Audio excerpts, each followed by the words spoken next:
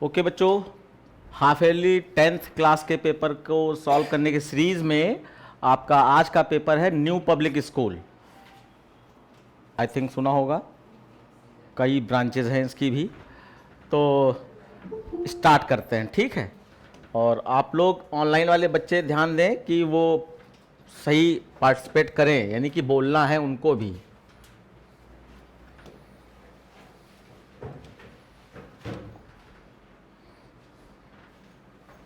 देखिए पहला question,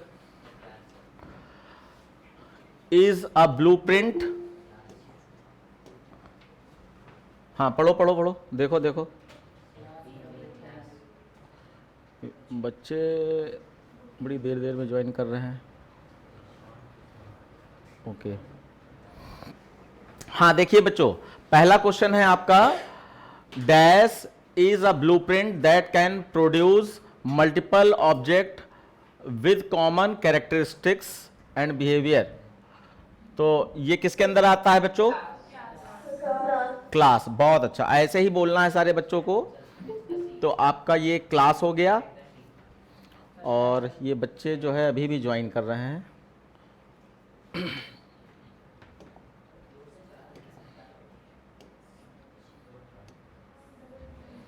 okay तो पहला हो गया आपका क्लास, उसके बाद है the escape sequence for new line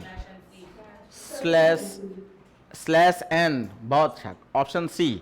next है the code that is obtained after the compilation of Java program. बहुत अच्छा बहुत अच्छा, जावा का प्रोग्राम जब रन हो जाता है, मतलब कंपाइल करते हैं, तो नया कोड जो जनरेट होता है उसी को हम लोग बाइट कोड कहते हैं। ठीक है, बिल्कुल सही है।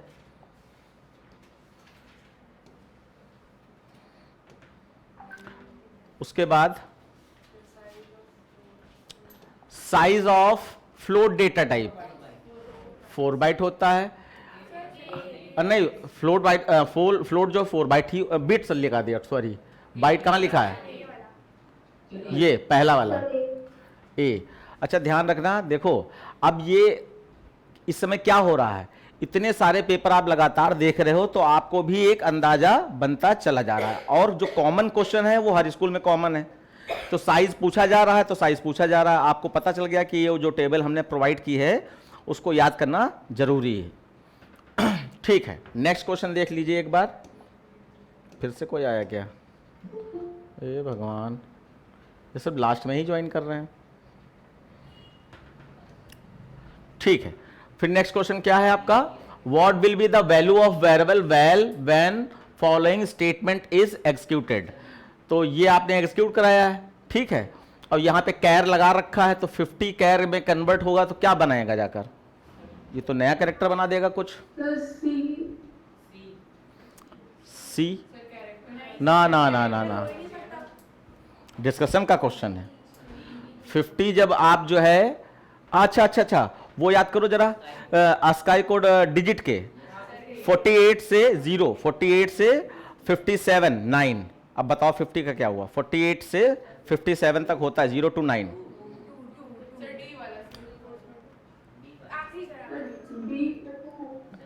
हाँ हाँ, ये डी हो जाएगा, डी, क्योंकि वो कैर भी लगा है ना आपका, तो ये आपका कैरेक्टर में 2 बन जाएगा आपका। ठीक है, ये बात याद रखिएगा, स्काई कोड से रिलेटेड भी क्वेश्चन आते हैं। तो आपका न्यूमेरिक वैल्यू 0 का 48 होता है और 9 का 57, कुछ ना कुछ लिखते रहिए, ठीक है। तो आपका ये न्यूमेरिक 2 जैसे आपको लग रहा होगा, न्यूमेरिक 2 इसलिए नहीं हो सकता क्योंकि कैर में कन्वर्ट हो रहा है ना, तो कैर में कन्वर्ट होने पर 2 ही बन जाएगा सिंगल कोट्स के अंदर। ठीक है, नेक्स्ट क्वेश्चन देखिए। नेक्स्ट क्वेश्चन है आपका, what will be the value in variable n when the following code is executed. तो आपका ये कोड एग्जीक्यूट होगा, x में आपका 67 है, 67 के इक्वल है, कंडीशन ट्रू हो गई है, तो ट्रू हो गई तो c इसमें चला जाएगा, और n में c जाकर n यानी b ऑप्शन आपका सही है। नेक्स्ट है आपका, हाँ देखिए नेक्स्ट कौन सा है ये, what will be the value return by the following statement. तो CBRT आपकी पॉइंट में डबल वैल्यू रिटर्न करता है, ठीक है, तो सी पार्ट आप कह रहे हो, अच्छा हाँ, डबल डॉट टू स्ट्रिंग भी लगा दिया गया है, ये भी ध्यान देना है। तो देखो, किसी भी नंबर को स्ट्रिंग फॉर्म में कन्वर्ट करने के लिए आपके पास दो फंक्शन होते हैं, एक टू स्ट्रिंग फंक्शन होता है, एक string dot value of function होता है। तो अगर डबल डॉट टू स्ट्रिंग लिखा है तो जो भी नंबर है वो डबल में कन्वर्ट हो जाएगा स्ट्रिंग फॉर्म में, अगर स्ट्रिंग डॉट वैल्यू ऑफ लिखा है तब भी वो स्ट्रिंग में नंबर कन्वर्ट हो जाएगा। तो ये दोनों फंक्शन आप याद रखिए, मैं कह रहा हूं लिख लीजिए इसको। किसी भी न्यूमेरिक वैल्यू को स्ट्रिंग फॉर्म में कन्वर्ट करने के लिए आप स्ट्रिंग डॉट वैल्यू ऑफ लिख सकते हैं, और ये जैसे यहां पे double dot value to string लिखा है, ये दोनों फंक्शन रिस्पॉन्सिबल हैं। वो स्ट्रिंग में कोई स्टोर है, न्यूमेरिक में कन्वर्ट करना है, तो आपका यहां पर CBRT आपका क्यूब रूट निकालेगा तो 3 आ जाएगा, और 3 जो है स्ट्रिंग में जब कन्वर्ट होगा तो आपका 3.0 C पार्ट आ जाएगा, बिल्कुल सही। उसके बाद the statement that will be executed when there are no matching cases in the switch case is found, default, बिल्कुल सही। अच्छा, आप एक चीज का खास ध्यान रखिएगा कि भले ही आपके दिमाग में आंसर एक ही बार क्वेश्चन पढ़ने पर क्लिक हो गया कि हाँ ये होगा, और आपको अगर वही पहले दिखाई पड़ गया तो आपसे एक गलती हो सकती है कि आप आगे के ऑप्शन पढ़े ही ना, अरे यही होता है। आप कभी भी ऐसी गलती ना कीजिएगा, इसमें बहुत बार गलती बच्चों की हुई है, छोटे छोटे डिफरेंसेस में आप सही क्वेश्चन आंसर तक नहीं पहुंच पाते हैं। तो यानी सारे ऑप्शन पढ़ने जरूरी हैं, उसके बाद ही डिसाइड करना है कि हाँ हमारा ये सही होगा। तो ठीक है, ये डिफॉल्ट हो गया।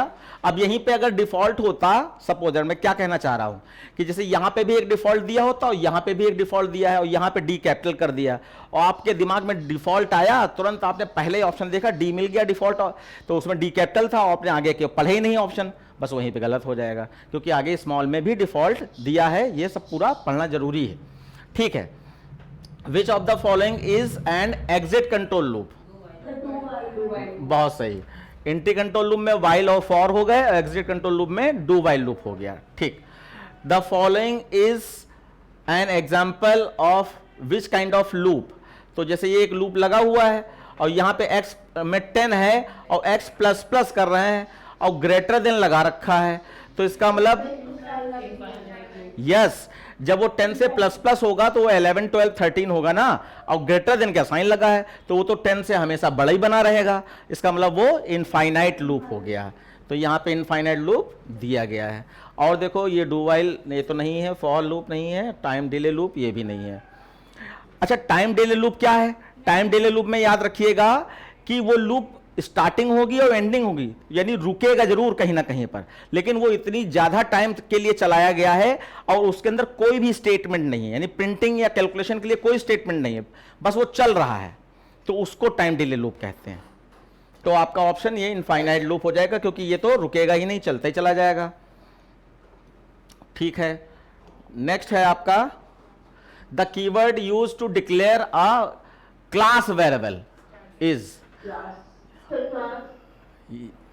फिर से एक बार सोचो, याद करो, क्लास वेरिएबल दो तरीके के वेरिएबल फंक्शन प्रोग्रामिंग, दो क्या, ओवरऑल, एक बार फिर से रिवाइज कर लेते हैं। ओवरऑल फंक्शन प्रोग्रामिंग में 4 टाइप के आपके वेरिएबल होते हैं, एक बार लिख लीजिए, फंक्शन प्रोग्रामिंग में 4 टाइप के वेरिएबल होते हैं।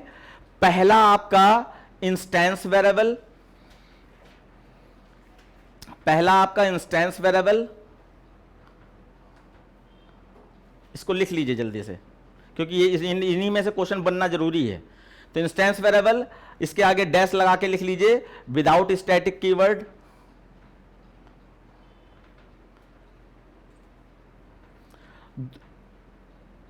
एग्जाम्पल में INTA, बस सेमीकोलन, INTA। और दूसरा है स्टैटिक दूसरा है आपका क्लास वेरिएबल, क्लास वेरिएबल, इसमें लिख सकते हैं with static keyword, with static keyword.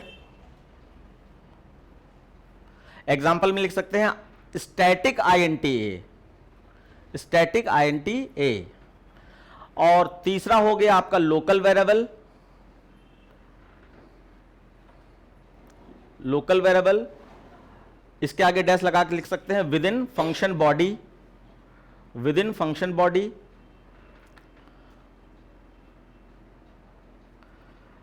और एग्जाम्पल में लिख देंगे suppose that void compute, void compute, आगे गोल वाला ब्रैकेट, वॉइड कंप्यूट, आगे गोल वाला ब्रैकेट, कर्ली ब्रैकेट खोला, कर्ली ब्रैकेट, और उसके अंदर INT A लिख दिया, dash dash dash curly bracket बंद। तो ये A इस समय लोकल वेरिएबल है। और चौथा है आपका आर्गुमेंट वेरिएबल।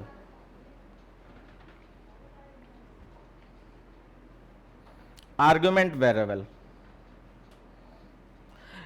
ये फंक्शन के पैरामीटर में होते हैं, फॉर्मल पैरामीटर के रूप में होते हैं।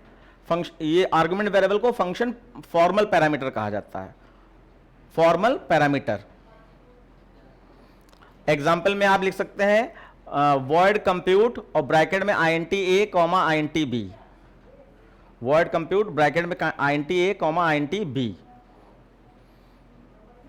तो ये INT A, INT B जो है कॉमा लगाकर, यही आपके आर्गुमेंट वेरिएबल है, इन्हीं को हम फॉर्मल पैरामीटर कहते हैं। तो हमारा ऑप्शन यहां पर कौन सा सही है? क्लास वेरिएबल स्टैटिक कीवर्ड से, हाँ स्टैटिक कीवर्ड लगा होगा। अच्छा याद रखिएगा, जैसे कि एक कैटेगरी ये भी ना ग्लोबल वेरिएबल और लोकल वेरिएबल। तो ग्लोबल वेरिएबल में आपके इंस्टेंस वेरिएबल और क्लास वेरिएबल आते हैं, ग्लोबल वेरिएबल में इंस्टेंस वेरिएबल और क्लास वेरिएबल आते हैं, जो पूरे प्रोग्राम में कहीं भी यूज किए जा सकते हैं, पूरे प्रोग्राम में कहीं भी यूज किए जा सकते हैं, ग्लोबल वेरिएबल और क्लास वेरिएबल। और लोकल वेरिएबल में आपके ये जो लास्ट वाले बताए हैं हमने कि आर्गुमेंट वेरिएबल और लोकल वेरिएबल जो बताए वही लोकल वेरिएबल है, दोनों लोकल वेरिएबल है। ओके, उसके बाद what will character dot to upper case, और यहां पर ये सिंटेक्स एरर है थोड़ी सी, तो रिटर्न क्या करेगा? Option A.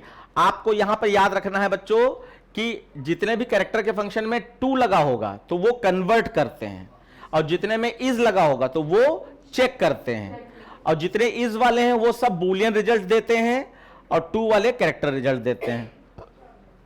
तो आपका ऑप्शन बी सही हो जाएगा, बिल्कुल सही। उसके बाद what will be the output, तो 100 डिवाइडेड बाय 9 किया गया है क्वोशंट। हाँ फिर से बताइए।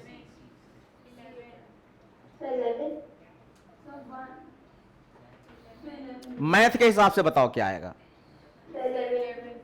सिर्फ 11 आएगा, 11.1 आएगा। और क्योंकि ये दोनों इंटीजर हैं तो इंटीजर इंटीजर डिवाइड करेगा तो इंटीजर में ही रिजल्ट दे देगा, तो यानी सिर्फ 11 आएगा आपका, ये ऑप्शन सही हो जाएगा। कंफ्यूजन हो तो एक बार डिस्कशन भी करा जा सकता है, ठीक है ना, तो इसलिए जो है आप बोलते रहिएगा। उसके बाद which of the following is not applicable for a constructor, constructor में कौन सी चीज एप्लीकेबल नहीं होती है? पढ़िए, देखिए।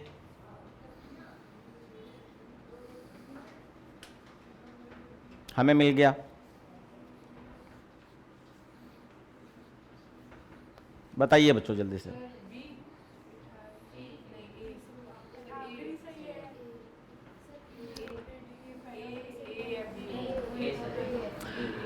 ए में लिखा है it is use to update the member variables with legal values.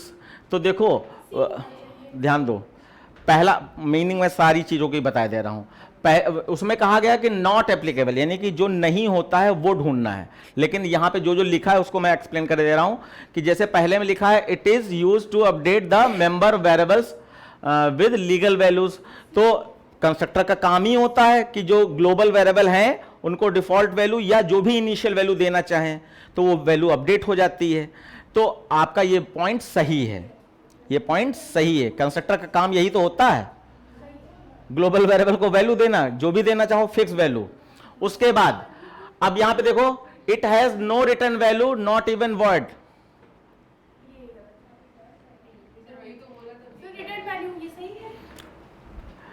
अब देखो it has no return type not even void, ये भी तो सही है, कंस्ट्रक्टर वैल्यू रिटर्न नहीं करता है, कंस्ट्रक्टर वैल्यू रिटर्न नहीं करता है। उसके बाद तो ये भी सही हो गया।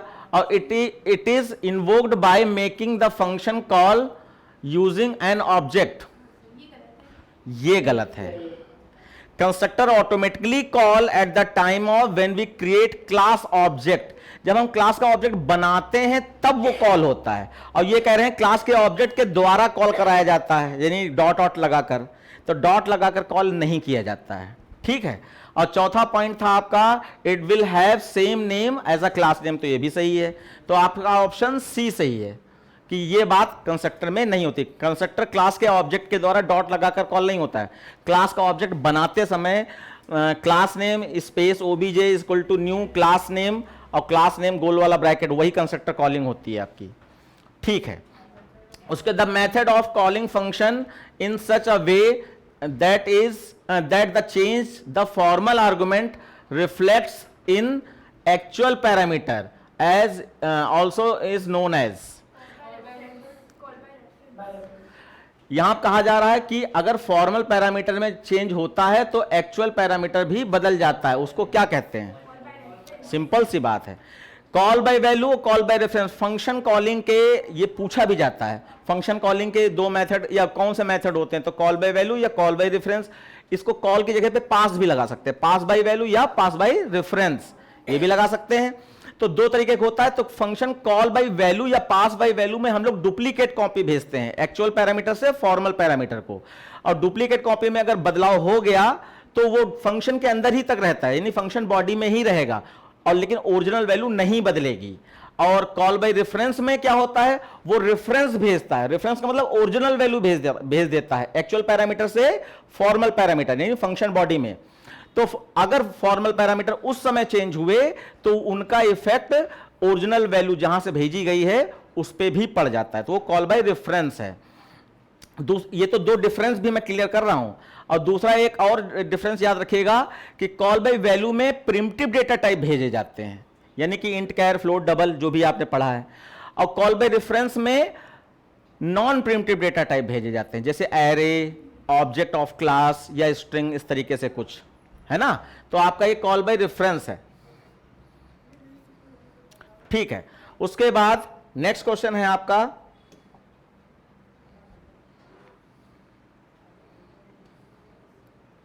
देखिए what will be the output, तो आउटपुट यहां पढ़ना है, ठीक है। अमित लिखा है डॉट कंपेयर टू का सी छोटा होगा, ये मिस्टेक है, और अमन के साथ यहां पे कंपेयर किया जा रहा है। चलिए बताइए क्या रिटर्न होगा? नहीं, मैं अभी यही पूछ रहा हूं कि इन दोनों में जब डिफरेंशिएट करेगा तो क्या रिटर्न करेगा, वो अलग बात है। आंसर ये आएगा या वो गया, वो बाद में चेक करेंगे। तो सोचो अमित है तो अमित का ए लेगा, मैं यहां पर एक बार हल्का सा रिवीजन दे रहा हूं आपको कंपेयर टू कैसे वर्क करता है, ठीक है। तो पहले ये, हाँ पहले तो ये आपका सी छोटा हो जाएगा, और यहां पर कंपेयर में ए और ए मैच होगा। जब सिमिलर लेटर होते हैं तो उनको इग्नोर करके कंपाइलर आगे बढ़ जाता है। फिर आपका एम और एम सिमिलर कैरेक्टर हैं तो आगे बढ़ जाएगा। फिर आई और ए ये डिफरेंट कैरेक्टर हैं, तो डिफरेंट कैरेक्टर के बीच में उसको एबीसीडी के हिसाब से डिफरेंस आपको निकालना होता है। जैसे कि आई और ए के बीच में डिफरेंस निकालना है, तो आप क्या करो, आप ए से गिनना, ए को छोड़कर, यानी इन दोनों में देखो एबीसीडी में छोटा कौन सा है, तो ए छोटा है तो ए को छोड़कर बी से काउंट करना चालू करो। बी, सी, डी, ई, एफ, जी, एच, आई। अब इनको गिन लो, देखो एक और छोड़ देना है, याद रखना है। अब काउंट करो इसको, 1 2 3 4 5 6 7 8 आया। अब 8 जो आएगा अब वो प्लस में आएगा या माइनस में आएगा, ये डिसाइड करना है। तो इसके लिए हमने क्या बताया आपको कि अगर पहला वाला कैरेक्टर ग्रेटर देन है, बड़ा है दूसरे से, तो पॉजिटिव रिजल्ट आएगा। अगर पहला वाला कैरेक्टर छोटा है तो नेगेटिव रिजल्ट आएगा। तो क्योंकि आई पहले है तो पहला वाला कैरेक्टर बड़ा है, तो यानी कि ये 8 पॉजिटिव आएगा। तो यहां पे पॉजिटिव 8 आएगा और 8 is greater than 0, condition true, तो अमित आपका आउटपुट में प्रिंट हो जाएगा। क्लियर? डिफरेंस निकालना सीख लो, कंपेयर टू का कहीं ना कहीं मिल जाएगा आपको कि आपका, हाँ दोनों सेम हो ही नहीं सकते, कंपेयर टू कर कह रहे हैं तो 0 आंसर तब भी आता है 0। जब सिमिलर होता है तो 0 रिटर्न करता है। फटाफट देख लो। अच्छा एक चीज और देखो, इसमें ये ए बी सी, अच्छा ये इनसे हमें मतलब है, इनमें देखो क्या आएगा, ए 8 आया था ना, तो हमें तो ऑप्शन में टिक करना है ना। अच्छा नहीं नहीं नहीं, एक चीज, ठीक ठीक ठीक, राइट राइट, हाँ ये सी नहीं, सी नहीं, डी ये आएगा। अमित है ना, तो डी आएगा क्योंकि अमित प्रिंट हो जाएगा। अब जैसे यहां पर ये 8 भी सही है, लेकिन वहां पर हमारा इसका रिटर्न टाइप थोड़ी पूछा गया था। यहां पे तो इफ एल्स में जो आपका आउटपुट आएगा अमित आएगा, तो अमित आ गया, ठीक है। उसके बाद नेक्स्ट देखिए, नेक्स्ट है आपका which of the following is a composite data type. तो कंपोजिट डेटा टाइप, अब आप यहां पे समझो, डेटा टाइप दो तरीके के होते हैं, प्रिमिटिव और नॉन प्रिमिटिव। तो प्रिमिटिव डेटा टाइप के 3-4 नाम हैं, जैसे प्रिमिटिव डेटा टाइप कह दें, बिल्ट इन डेटा टाइप कह दें, प्री डिफाइंड डेटा टाइप कह दें, बेसिक डेटा टाइप कह दें, फंडामेंटल डेटा टाइप कह दें, ये सब प्रिमिटिव हैं। ऐसे ही नॉन प्रिमिटिव के भी 4 नाम हैं, non primitive data type, composite data type, reference data type और डिराइव्ड डेटा टाइप। ये 4 नामों से जाना जाता है, तो कंफ्यूज ना होइए कि सब चारों एक ही हैं, नॉन प्रिमिटिव, कंपोजिट, डिराइव्ड और रेफरेंस डेटा टाइप। तो आप जरा इसमें देखिए, विच ऑफ द, हाँ कंपोजिट डेटा टाइप यानी नॉन प्रिमिटिव डेटा टाइप की बात हो रही है, तो आप कह रहे हो बी। अब उसमें क्या आता है, उसमें आता है, ध्यान समझना है, एरे आता है, क्लास का ऑब्जेक्ट आता है, स्ट्रिंग को भी कंसीडर किया जा सकता है, वरना स्ट्रिंग तो एक क्लास होती है, लेकिन फिर भी कई लोग स्ट्रिंग को भी कंसीडर करते हैं। तो 3 चीजें इसमें से ढूंढनी है। तो देखें यहां पर स्टैटिक कैर एन, यही तो आंसर कर रहे थे, हाँ ठीक, स्टैटिक कैर एन, तो ये तो आपका कैर लग गया, यानी प्रिमिटिव डेटा टाइप हो गया, ठीक है। और फिर क्लास, क्लास का नाम, तो क्लास का नाम आपका क्लास को ऑब्जेक्ट, क्लास का ही ऑब्जेक्ट होता है, तो इसको रेफरेंस डेटा टाइप माना जा सकता है, एक बार और चेक कर ले पहले। फिर आईएनटी जे, ये तो इंटीजर हो गया, और स्टैटिक बुलियन ये भी इंटीजर हो गया। तो भर आपका ऑप्शन बी ही सही है, बी ही सही है।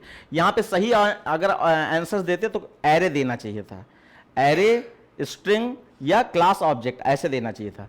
फिलहाल इन्होंने कोई भी ऐसा नहीं दिया है, और इस तरीके से देना नहीं चाहिए। ये तो सेंस लगा रहे हैं हम कि हाँ क्लास दिया है तो क्लास का ऑब्जेक्ट ही आपका नॉन प्रिमिटिव डेटा टाइप में आता है, तो ऑप्शन बी सही होगा यहां पर। उसके बाद देखिए नेक्स्ट है आपका द आउटपुट ऑफ द, ये क्या लिखा है पढ़ो, लेमोनेड, ठीक है, डॉट इंडेक्स ऑफ E,3। बच्चों इंडेक्स ऑफ क्या करता है, इंडेक्स ऑफ किसी भी स्ट्रिंग के अंदर किसी कैरेक्टर का इंडेक्स नंबर पता करने के लिए यूज किया जाता है। तो यहां पर E का इंडेक्स नंबर इसमें पता करना है, तो इसके 2 फॉर्म, 2 क्या, हमने तो अपने फंक्शन वाली प्रोग्रामिंग में बहुत सारे फंक्शन वाली वीडियो में बहुत सारे इसके फॉर्म दिखाए हैं आपको, जिसमें कि ये एक एक्स्ट्रा ऑर्डिनरी फॉर्म है, क्या कि यहां पर ये बता रहे हैं E को तो ढूंढे, लेकिन कैरेक्टर 3 से ढूंढना चालू करें, कैरेक्टर 3 से, ना कि उसको छोड़कर। तो जैसे यहां पे देखें 0 1 2 3 4 5 6 7, तो यानी 3 यदि O से ढूंढना चालू करें किसको, E को, और लेफ्ट टू राइट चलता है, तो आपका 7 पर आपका E मिल रहा है। तो यहां पे आप देख सकते हैं E कहां पे है, ओ सॉरी 7, तो ऑप्शन डी इसका सही हो गया आपका, ऑप्शन डी।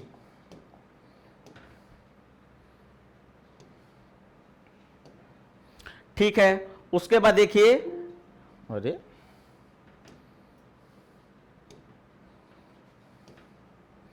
हाँ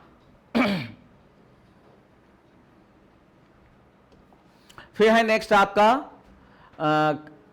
यही वाला किया था ना अभी, हाँ ठीक, स्ट्रिंग एस इक्वल टू, यहां पे मिस्टेक है, स्ट्रिंग का एस बड़ा होना चाहिए, string S equal to computer application, what will be the output, S dot substring 5,12।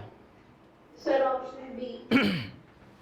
सबसे पहले आपको क्या करना चाहिए, यहां पर इंडेक्स नंबर डाल देना चाहिए, 0 1 2 3 4 5, 6 7 8 9 10 11 क्या कहां तक 11 12 यहां तक, आगे तो देखने की जरूरत नहीं है।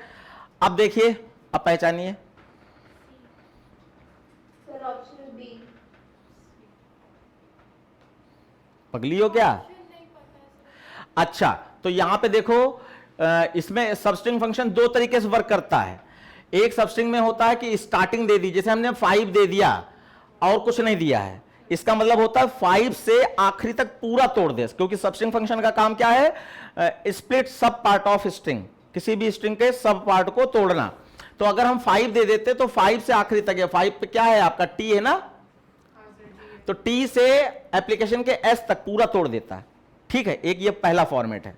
और दूसरा फॉर्मेट है कि हमने स्टार्टिंग और एंडिंग दोनों बता दी, तो स्टार्टिंग तो आपका 5 ही रहता है इसमें, और एंडिंग में एक कम होता है, यानी कि 12 दिया है तो 11 तक होता है। तो 5 से 11 तक देखो क्या है, 5 से यानी कि टी से, और 11 का मतलब डबल पी वाला हो गया है, तो टी से डबल पी ये, और स्पेलिंग मैच कर लेना जिसे आप, हाँ ठीक है, यही लग रहा है, यही है, यही है। क्लियर हो गया ये वाला कॉन्सेप्ट? एक कम तोड़ता है हमेशा। उसके बाद नेक्स्ट देखिए, what will be the result produce by the following. जल्दी निकालो रिजल्ट इसका, बताओ रिजल्ट इसका क्या आएगा। मन में जो ये बहुत बड़ी एक गलती है बच्चे, जब मन में आप सॉल्व करते हैं गलत जरूर करके आते हैं, या तो बहुत एक्सपर्ट हो जाइए, फटाफट लिखिए और लिख के सॉल्व कीजिए। चित्रांश जल्दी आंसर बताओ, सरल सरल बता देते हो, जहां बताना चाहिए उम्मीद कर रहे हैं तुमसे वहां पे रुक जाते हो। तुम काहे बैठे हो, शर्मा रहे हो? ऑनलाइन वाले बच्चे जल्दी से बताएं, तुम्हारा तो पेपर ही है, बाकी और बच्चे बोले तो हम समझें।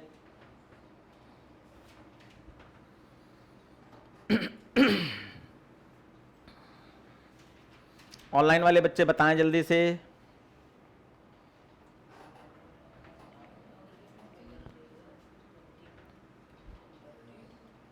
कितना? -19 यानी डी। चलिए फिर मैं चेक करवा देता हूं, इससे ज्यादा टाइम नहीं लिया जा सकता, रिकॉर्डिंग चल रही है। देखिए बच्चों, इसको सॉल्व कैसे करते हैं, पहले इसका फंडामेंटल देख लीजिए, क्योंकि हमें क्वेश्चन का आंसर नहीं खाली डिस्कस करना, हमें उसके पीछे बैकग्राउंड में क्या हो रहा है उसको भी। तो सबसे पहले ऑपरेटर प्रेसिडेंस के हिसाब से हम लोग लेफ्ट टू राइट की ओर चेक करते हैं कौन से बड़े ऑपरेटर हैं। तो हमारा मल्टीप्लाई और डिवाइड बड़ा ऑपरेटर है। फिर जब और मल्टीप्लाई डिवाइड को सोचो ये किस प्रेसिडेंस में आता है, तो ये सेम प्रेसिडेंस में आता है, यानी कि मल्टीप्लाई और डिवाइड दोनों बराबर माने जाते हैं। तो अब इसमें लगता है ऑपरेटर एसोसिएटिविटी, यानी कि अगर सेम लेवल के ऑपरेटर आ जाते हैं तो लेफ्ट टू राइट की ओर चलते समय जो पहले मिल जाएगा वो बड़ा माना जाएगा। तो जैसा कि मैंने बताया कि मल्टीप्लाई और डिवाइड सेम है, तो लेफ्ट टू राइट की ओर चलते समय मल्टीप्लाई पहले मिल जाएगा, तो मल्टीप्लाई पहले सॉल्व होगा। तो यहां पे जरा बताते जाइए, 2 माइनस मल्टीप्लाई कर दीजिए तो ये आपका 30 प्लस, और फिर अब डिवाइड कर सकते हैं, तो 100 डिवाइडेड बाई 11 करेंगे तो आपका 9 आ जाएगा, और 9 पॉइंट नहीं आएगा क्योंकि दोनों वैल्यूज इंटीजर में है, तो 9 आ गया। अब यहां पे भी देखिए माइनस, और ये सेम प्रेसिडेंस में है, तो जो लेफ्ट टू राइट को चलते समय जो पहले मिल जाएगा वो सॉल्व होगा। तो यानी यहां पे कितना आ जाएगा, -28 प्लस 9। अब इसको सॉल्व कीजिए, -19। अगर आपने सही किया है तो यही है, तो फिर ऑप्शन आपका डी सही हो गया। तो करने का तरीका आपको आना चाहिए, आंसर तो बदलते रहेंगे। नेक्स्ट देखिए, ए में 5 है, बी में 9 है, कैलकुलेट द फॉलोइंग। जल्दी से बताइए। हाँ, ए में 5 है और बी में 9 है, मैं भी यहां पे लिख रहा हूं, ए में 5 है, 5 प्लस और 5 माइनस बी में 9 था, 10 हो गया, 6। अब इसको सॉल्व करो तो आपका ये 16 हो जाएगा, 16 माइनस 5 तो 11 आ जाएगा, और 11 प्लस 5 तो 16। हाँ, अरे क्या हुआ ये, अच्छा ये माइनस में ये है, ओके। तो ये 6 और 5 कितना हो गया 11, और 11 माइनस 10 करेंगे कितना आ जाएगा, हाँ 1 आ जाएगा, और 5 प्लस 1 6, बिल्कुल सही। तो इसका आपका ऑप्शन आंसर सी 6 आ जाएगा। ठीक, चलिए अब यहां पे समय कम है इसलिए जल्दी जल्दी करेंगे। इधर देखिए CTR की वैल्यू 0 है, और इसमें पूछा गया कितनी बार रन हुआ है या फाइनल वैल्यू, अच्छा फाइनल वैल्यू पूछी गई CTR की। तो देखो ये थोड़ी सी ट्रिक भी मान सकते हैं क्या, कि जब आप यहां पर देखिए आई वाला लूप एक बार चलता है, जैसे आई मैंने लिख लिया, आई एक बार चला, तो जे वाला कितनी बार चल रहा है, देखो 1 से 5 तक चल रहा है, 2 2 बढ़ रहा है, तो 1 चला होगा और 3 चला होगा और 5 3 बार चला होगा ना। तो हर बार ये ऐसे ही करेगा। तो देखो आई कहां से कहां तक चल रहा है, 1 से 5 तक, यानी 5 बार आई चला, तो 5 बार आई चला, और हर बार आई के चलने पर 3 बार आपका ये चल रहा है, तो टोटल कितनी बार चल गया, 15 टाइम्स चल गया, और 15 टाइम्स ये CTR प्लस प्लस होगा, तो CTR की वैल्यू भी 15 टाइम्स हो जाएगी, यानी इसको चलाने की जरूरत नहीं है, ऐसे निकाल सकते हैं। फिर से एक बार देख लीजिए कि हम देख रहे हैं कि 1 से 5 यानी 5 बार आपका आई वाला लूप चला, और एक बार आई वाला लूप चलने पर ये 3 बार चलता है जे वाला लूप, तो 3 बार ये चल रहा है, तो 5 × 3 यानी 15 टाइम चलेगा, और इसमें जो भी प्रोसेस हो रही है वो 15 टाइम्स होगी। तो क्योंकि CTR की वैल्यू 0 है और प्लस प्लस करोगे 15 हो जाएगी इसकी वैल्यू, ठीक है ना। तो 15 इसकी वैल्यू आपकी आंसर के रूप में आ जाएगी 15। उसके बाद ये कन्वर्ट करना है आपको, तो इसमें स्विच केस में कन्वर्ट करना है। अब बच्चों स्विच केस में कन्वर्ट करना आसान है, मैं मानता हूं कि बहुत सारे बच्चों को आता होगा, लेकिन की वैल्यू क्या है इसको, यानी क्या क्या ध्यान रखा जाता है जब कन्वर्ट करते हैं। तो देखो हम यहां पर कन्वर्ट करते हैं, तो यहां पर हम स्विच लिख देते हैं, और क्योंकि इससे पहले कोई चीज नहीं दी गई है इसलिए स्विच से पहले भी हम कुछ नहीं देंगे। अगर कुछ वेरिएबल वगैरह डिक्लेयर होते तो उनको लिख देते।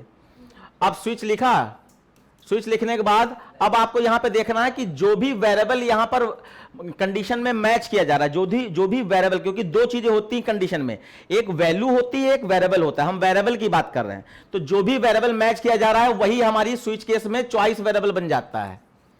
वेल चॉइस वेरिएबल बन गया, फिर कर्ली ब्रैकेट खोला, और कंडीशन में जो भी वैल्यू मैच की जा रही होती है वैल्यू हमारी केस बन जाती है, वैल्यू हमारी केस बन जाती है।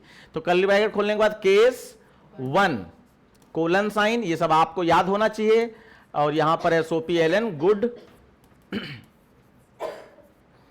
गुड, और फिर अब ब्रेक लग जाएगा आपका, और फिर केस 2 SOPLN बेटर,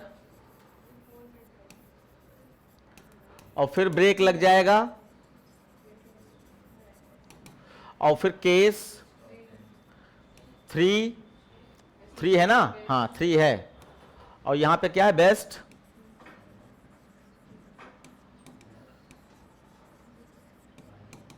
और फिर ब्रेक लग जाएगा,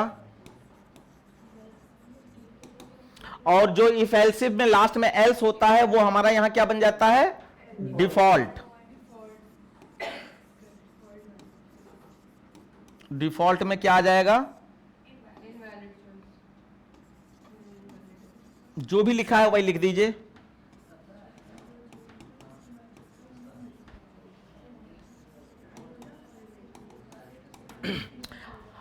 अब एक चीज मैं तुरंत के तुरंत यहां पे डिस्कस कर लेना चाह रहा हूं, क्योंकि इसका डिफरेंस भी आता है, डिफरेंस बिटवीन आपका इफ एल्सिफ और स्विच केस, जो सामने दिखाई पड़ रहा है उसको ही मैं यहां पर आपको बताना चाह रहा हूं। देखिए पहला डिफरेंस, सारे स्विच केस के प्रोग्राम इफ एल्स में कन्वर्ट किए जा सकते हैं, लेकिन सारे इफ एल्स के प्रोग्राम स्विच केस में कन्वर्ट नहीं किए जा सकते। सारे स्विच केस के प्रोग्राम इफ एल्स में कन्वर्ट किए जा सकते हैं, लेकिन सारे इफ एल्स के प्रोग्राम, इफ एल्सिफ के प्रोग्राम स्विच केस में कन्वर्ट नहीं हो सकते। दूसरा डिफरेंस है इसमें आपका जो केस की वैल्यू बनती है, तो उसको हम कहेंगे डेटा टाइप। तो स्विच केस में डेटा टाइप, सिर्फ डेटा टाइप यानी इस वेरिएबल की बात कर रहे हैं या ये वैल्यूज की बात कर रहे हैं, तो डेटा टाइप में सिर्फ कैर और INT।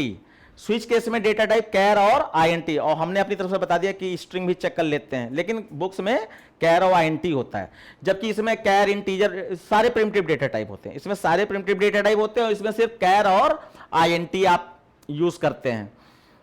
तीसरी चीज, इसमें सिर्फ इक्वलिटी चेक की जा सकती है। स्विच केस में सिर्फ इक्वलिटी या नॉट इक्वल टू, बस ये दो ही चीजें चेक होती है, तो हम सिर्फ इक्वलिटी के लिए कहेंगे, इक्वलिटी चेक होती है। जबकि इसमें less than, greater than, equal to, not equal to सब कुछ चेक किया जा सकता है ना। और इसी को आप दूसरे वर्डिंग में कहें तो स्विच के इफ एल्सिफ में सारे रिलेशनल ऑपरेटर यूज होते हैं चेकिंग करने के लिए, और इसमें रिलेशनल ऑपरेटर नहीं यूज किए जाते हैं। इसमें सारे रिलेशनल ऑपरेटर यूज किए जाते हैं और इसमें नहीं यूज किए जाते हैं। और बाकी आप फर्जी वाला जो डिफरेंस होता है कि इसमें एल्स होता है और इसमें डिफॉल्ट होता है, ऐसे भी कर सकते हैं। तो ये अच्छी चीज थी, इसलिए मैंने सोचा आपसे डिस्कस कर ली जाए। चलिए नेक्स्ट देखिए, जब कभी भी एरे दिया जाए तुरंत आप सबसे पहले इंडेक्स नंबर डाल दीजिए, 0 1 2 3 4 5, ये इंडेक्स नंबर पड़ गए हैं आपके। और इसमें यहां पे लेंथ का मतलब होता है नंबर ऑफ एलिमेंट काउंट करके बता देगा। तो यहां पे देखो 5 तक गए नहीं, 6 इसमें एलिमेंट है, तो p की वैल्यू आपकी यहां पे 6 आ जाएगी। और जब इंडेक्स नंबर दिया जाता है तो इंडेक्स नंबर पे पर्टिकुलर वो वैल्यू आएगी, तो यानी कि आपका यहां पर 2 आ जाएगा। 2 पे क्या है 7, 7 प्लस और 5 पे 10 इंटू और 1 पे 3, तो 30 प्लस 7 37, ये आपका इसका आउटपुट हो गया। ठीक है, उसके बाद फिर से आप एरे खाली इंटीजर का ही नहीं होता है, एरे स्ट्रिंग का भी होता है, कैरेक्टर का भी होता है, और हर प्रिमिटिव डेटा टाइप का एरे बनाया जा सकता है। ठीक है, तो यहां पे देखेंगे तो ये पूरा नाम जो है 0 पे है, ये 1 पे है, ये 2 पे है, ये 3 पे है, ये 4 पे है। ठीक है, इंडेक्स नंबर। अब यहां पे x ऑफ 3 कहा गया तो आपका माइक्रोमैक्स आ जाएगा, माइक्रोमैक्स। और यहां पे 4 डॉट लेंथ कहा गया, तो 4 देखो क्या है वो, और उसकी लेंथ देखो, लेंथ का मतलब नंबर ऑफ कैरेक्टर 1 2 3 4 5 6 7 8 9 10, तो अगर मैंने सही काउंट किया है तो ये 10 है, बाकी आप भी काउंट कर सकते हैं। ठीक है ना। और एक की पॉइंट याद रखिए कि लेंथ फंक्शन स्ट्रिंग के साथ भी यूज होता है और एरे के साथ भी यूज होता है, बस एरे में क्या है, लेंथ फंक्शन में गोल वाला ब्रैकेट नहीं लगता है। और यहां पर एक ये मिस्टेक है, कोई बच्चा बताएगा क्या मिस्टेक है? यहां पे गोल वाला ब्रैकेट लगेगा क्योंकि ये पर्टिकुलर एक वर्ड की लेंथ पता कर रहा है, और यहां पर गोल वाला ब्रैकेट जैसे ये था, ये यहां नहीं लगेगा, ये सही है, ये गोल वाला ब्रैकेट मिस्टेक है पेपर में। ठीक है, क्लियर?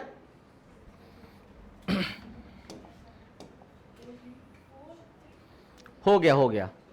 तो ठीक है बच्चों, आपका ये सेक्शन ए आपका कंप्लीट हो गया है। अब अगली क्लास में हम लोग सेक्शन बी चेक करेंगे, या मैं सेपरेट किसी दूसरी क्लास में अगर कर देता हूं सपोज दैट, क्योंकि हमें क्लासेस के हिसाब से मैनेज करना होता है। तो आप इसकी वीडियो को जरूर देख लीजिएगा, और जो भी बच्चे हमसे जुड़ना चाहते हैं, मैंने अपना डिस्क्रिप्शन बॉक्स में आपका व्हाट्सएप लिंक दे रखा है, आप वहां से हमसे कांटेक्ट में आ सकते हैं और अपने स्कूल के पेपर जो भी आप अदर स्कूल से होंगे तो वो सॉल्व करा सकते हैं। इसी तरीके से वीडियो बन जाएगी आपकी, और ज़्यादा से ज़्यादा जानकारी ले पाएंगे। और हमसे जुड़िए, फ़ायदा उठाइए। धन्यवाद।